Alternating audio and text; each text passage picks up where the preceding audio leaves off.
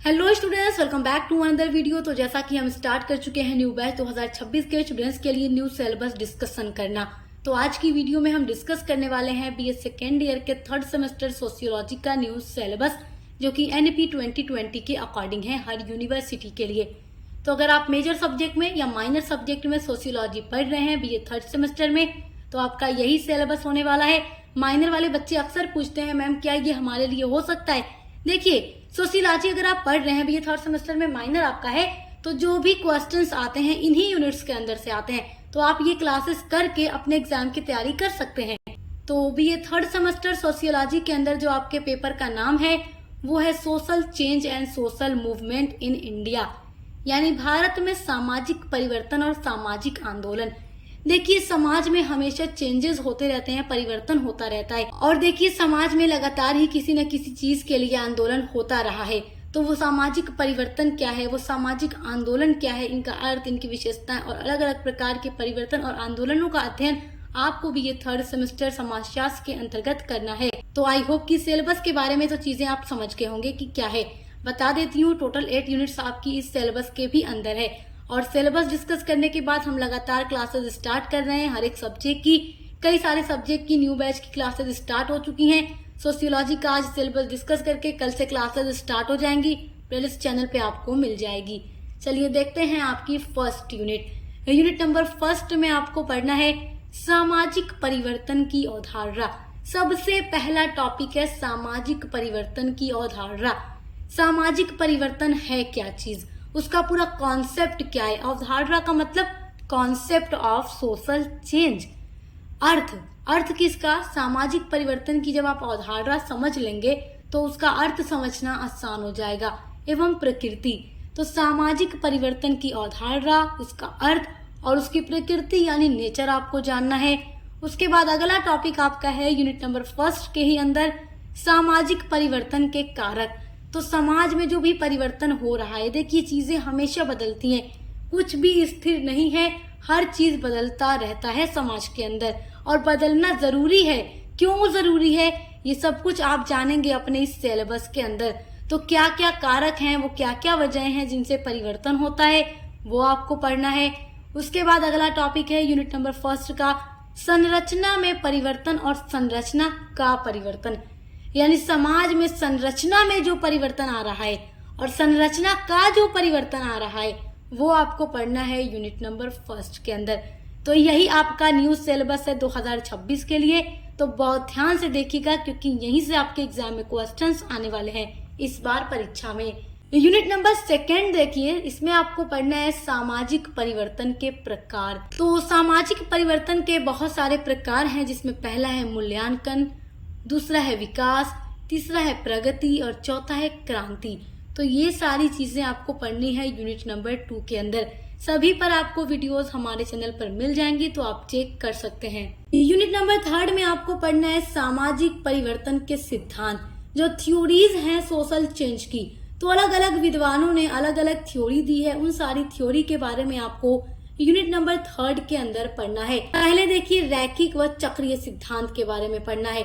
और कई सारे विद्वानों ने रैखिक सिद्धांत दिए हैं, कई सारे विद्वानों ने चक्रीय सिद्धांत दिए हैं। तो ये चक्रीय और रैखिक सिद्धांत क्या है, उसके बारे में आपको पढ़ना है।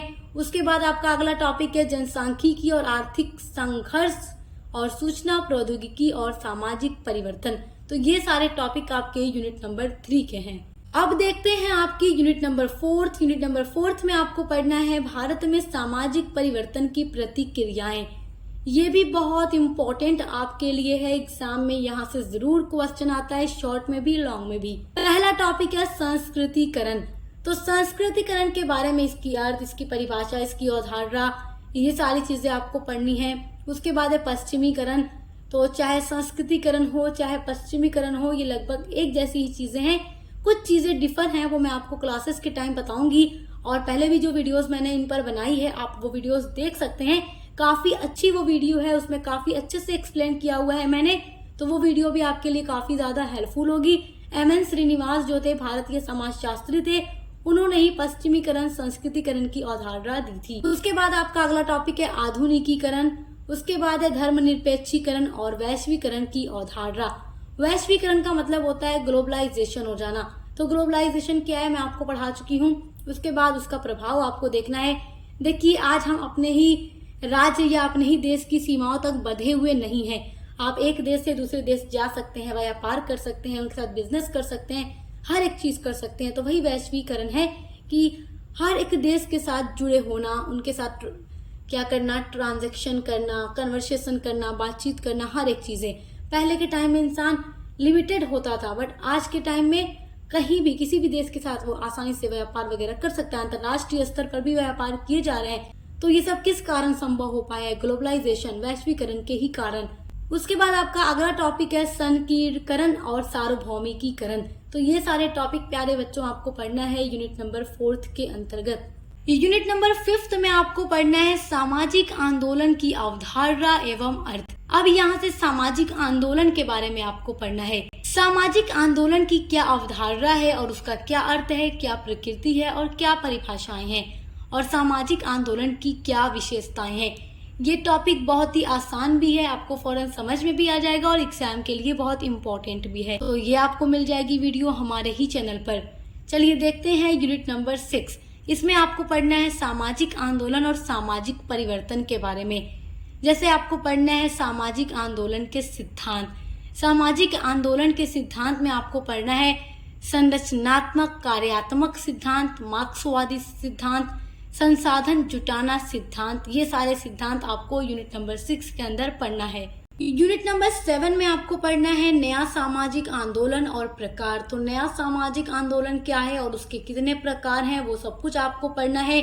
इसमें आपको सुधार के बारे में पढ़ना है, विद्रोह के बारे में पढ़ना है, पुनरुत्थान क्रांति के बारे में पढ़ना है, विद्रोह प्रति आंदोलन के बारे में पढ़ना है।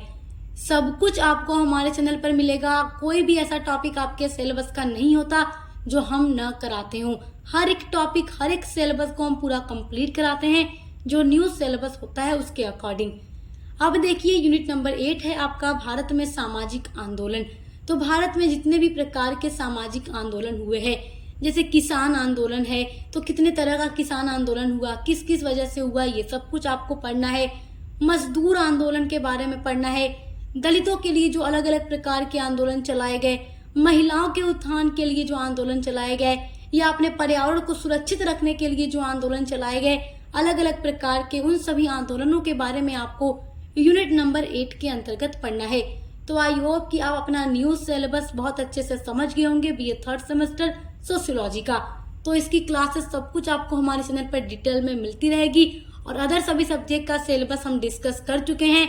तो उसके लिए चैनल पर विजिट जरूर कीजिएगा। पसंद आया तो सब्सक्राइब करना मत भूलिएगा, क्योंकि ये बीए के लिए बेस्ट चैनल है। अब मिलते हैं अगली वीडियो के साथ।